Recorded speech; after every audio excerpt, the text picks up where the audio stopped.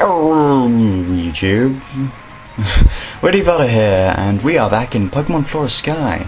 In this episode we're going to be doing a couple of things, including a little side thing that links to something we did ages ago. For now though, we've got a story thing to do that we could have done at the end of the last episode, but we didn't have time, so yeah. Anyway, we've been here before, except now we can actually get into a new area here, the place where the guy was blocking before. So that's where we're heading, as you could have guessed. I mentioned it before, but that lady has balls, and if you talk to her, she'll show you them. So yeah, see, it costs, of course, but you know, good things always charge, you know. Yeah. Anyway, this is where we're going. Those stairs, they were blocked off before, but now we can go up them, and we can have a look around. Couple things to have a look at around here. Not him, he's kind of boring. He wants to be an astronaut, so I guess good for him. He's a bit old, but dreams know no bounds, I suppose. This guy, he's the fossil guy, and he's the one that can revive your fossils if you find them. I don't think I did that when I played through the game, so I have no idea if it's actually implemented. I can't even remember if I actually got a fossil. I might have, I might not have. We shall see. We shall see. Yeah. For some reason, random carpet. Bit of a bright colour for an office, to be honest. See, that's just ridiculous. Look at that. What goes on in this office? Anyway, here's the story thing. Yeah. Waking Groudon. No longer important. Polar Forest, that's where we're going next episode to meet Shaman. Yeah, we'll probably meet Shaman tomorrow. Isn't that nice? Look forward to it, yeah. I don't know if I'm not sure for definite yet, but I'll try and make it fit in. I'll try. Cynthia trots off. Yeah, Birch says he's glad to have seen us. Yeah. And yeah, registering him. We get a couple of important phone numbers in this episode. Don't see the point of it, to be honest. Yeah, and here we get something interesting. This is the Master Ball. Most people will know it as the Pokeball that can catch anything in one throw, guaranteed. It's a bit odd to get it this early. I can understand, considering we're going to be fighting Shaman very soon, and no, I'm not going to use the Master Ball on that. But still, it's very, very early in the game to be given that. I think that's something the game gets criticism about as well. The huge amount of legendary encounters and the odd order of things. Part of me really likes that odd order because it kind of mixes things up a bit, and it breaks the mould of normal Pokemon games. And that's something this hack does well. But another part of me thinks it's kind of too different. It's like breaking the mold too much, and it makes you feel, I don't know, weird. It makes you feel weird because, you know, it's not in the right order. That makes me sound OCD. I'm sorry. I'm not. It's just, you know, I grew up with these kind of things. You know. I do really like this whole, the different order, and most of me does think that it's nice to at least get a change, because a lot of hacks out there just change tiny little things, and they don't really try and change stuff too much, and this is what sets it apart. Anyway, this is the item thing I was talking about at the start of the episode, and now we can cut through this tree. We could have gone here before. This was the house that the gym leader was standing in front of, and she said it was a bit creepy. But now we have cut, we can actually go in.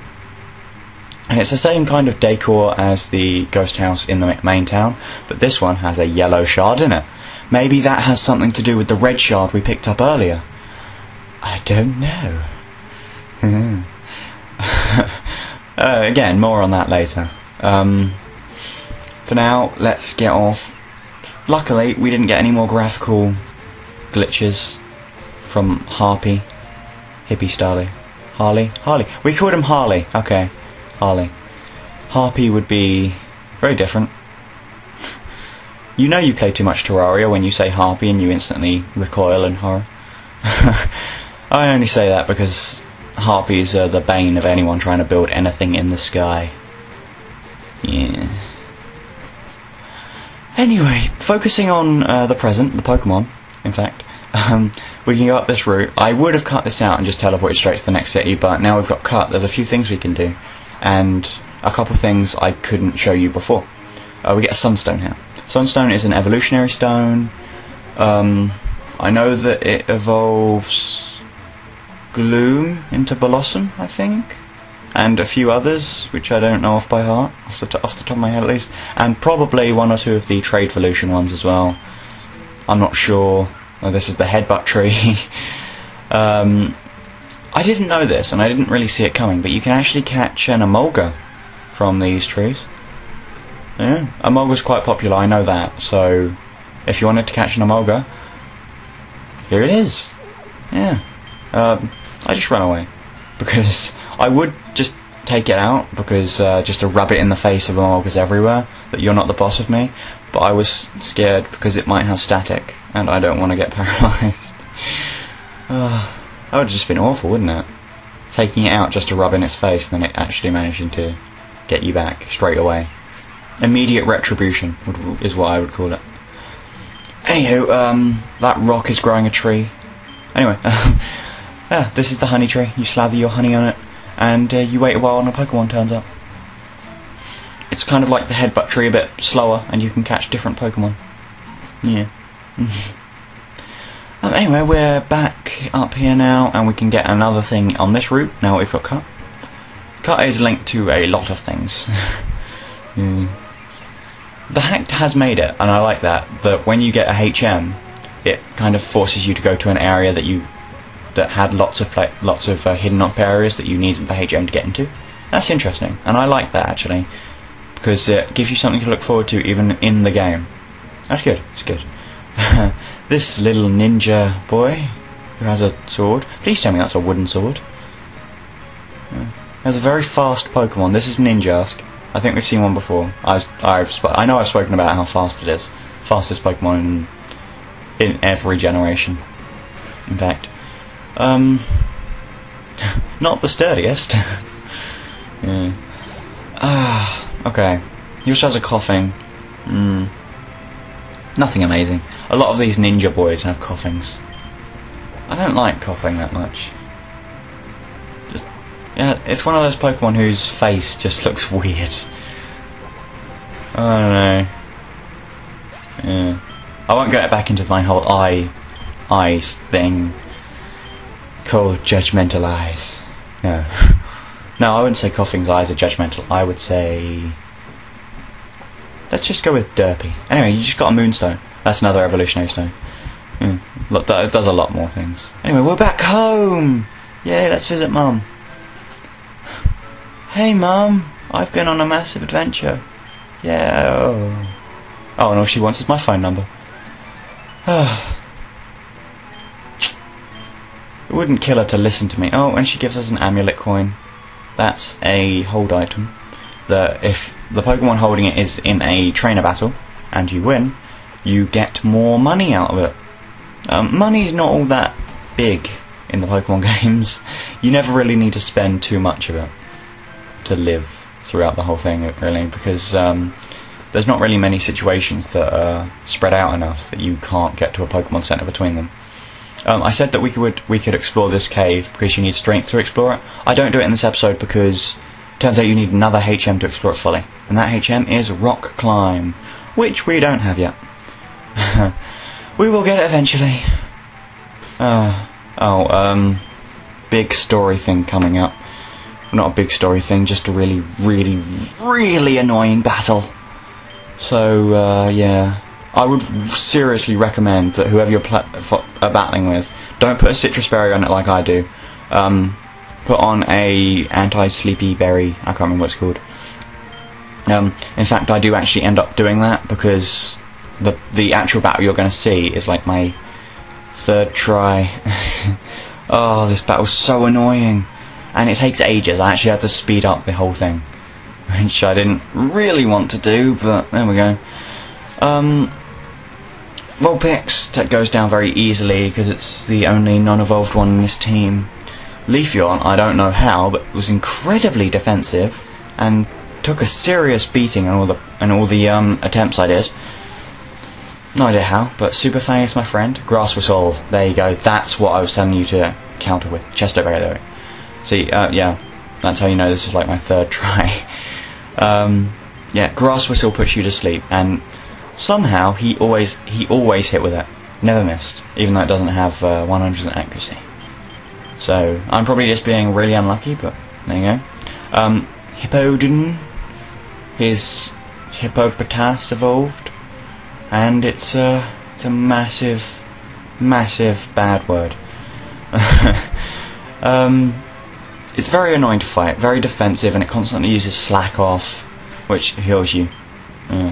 It's just a healing move. Yeah, you know, same old.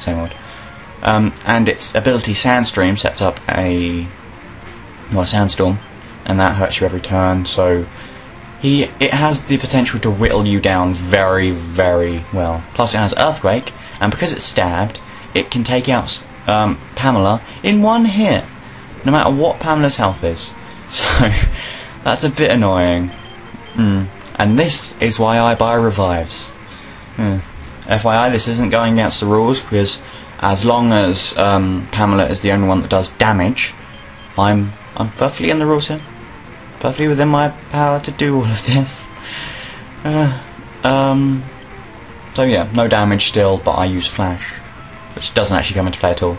And he uses Curse, which you just saw. Curse I've been through before, but it's awfully bad on him because it stops me doing a lot of damage. Although the fact that I outspeed it does help. And Earthquake again! Yay! Even if you're not doing a solo run, I would recommend being very prepared for this battle because it's very difficult. Probably the hardest battle I've actually been through in this game, and it's actually genuinely hard. I don't know whether that's just because I'm doing a solo run or if it's actually hard, but it was actually a challenge for me, as you can see right now. Superfang was my friend here, very much. And now this was important. That curse wasn't important at all. Yeah, it did make sure I outspeed him, which is nice. But what's coming up is a very important thing that happened to me.